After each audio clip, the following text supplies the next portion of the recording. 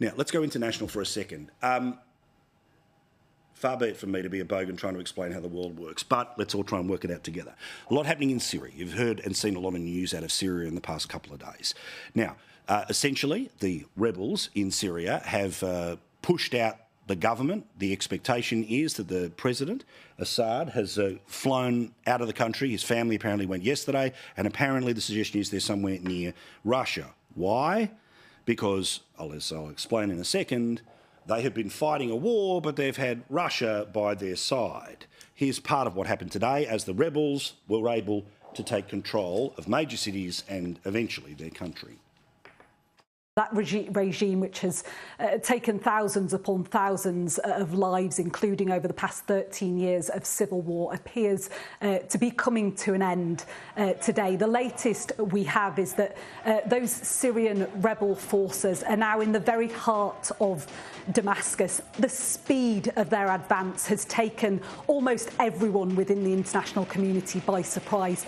It is less than 2 weeks since this current offensive began. Just over a week ago, they took Aleppo, Syria's second city. Just hours ago, they took the key strategic city of Homs. They are now on the brink of taking Damascus, if they haven't already. President Bashar al-Assad nowhere to be found. The latest we have is that he appears to have boarded a plane to depart Damascus, but his whereabouts not yet known.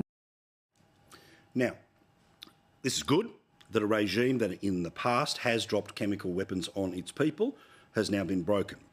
And again, whenever somebody tries to explain how things are going in the Middle East, you know you're not going to be able to quite nail the Goldilocks of all of this, but let's try. Send your complaints to somebody else. I'm just trying to help normal people going, why is this in the news? So, Syria is a country where it has again been one that ended up being backed up by Russia and Hezbollah and Iran, right? We're in sort of the Sunni Shia stuff, okay? The rebels backed in by countries like Jordan and Turkey.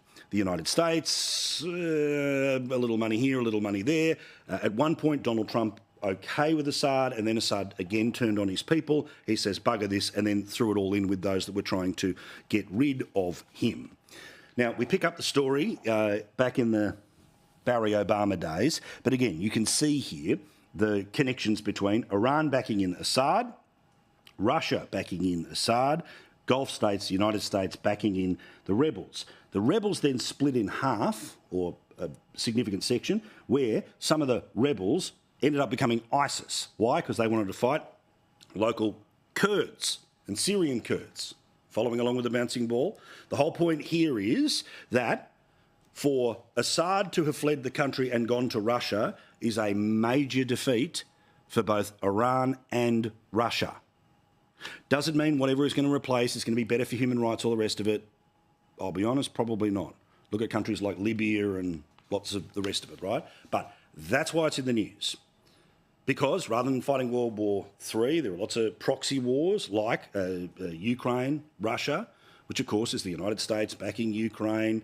If the United States doesn't back Ukraine, does Russia just roll over the top? All right? That's why these things are so important, apart from all of the human lives. And again, anyone connected with family here in Australia, and there always is, that's the way that it works these days. Strength and love, and I hope that your family is okay in all of this. And that's an attempt to tell you what's happening there.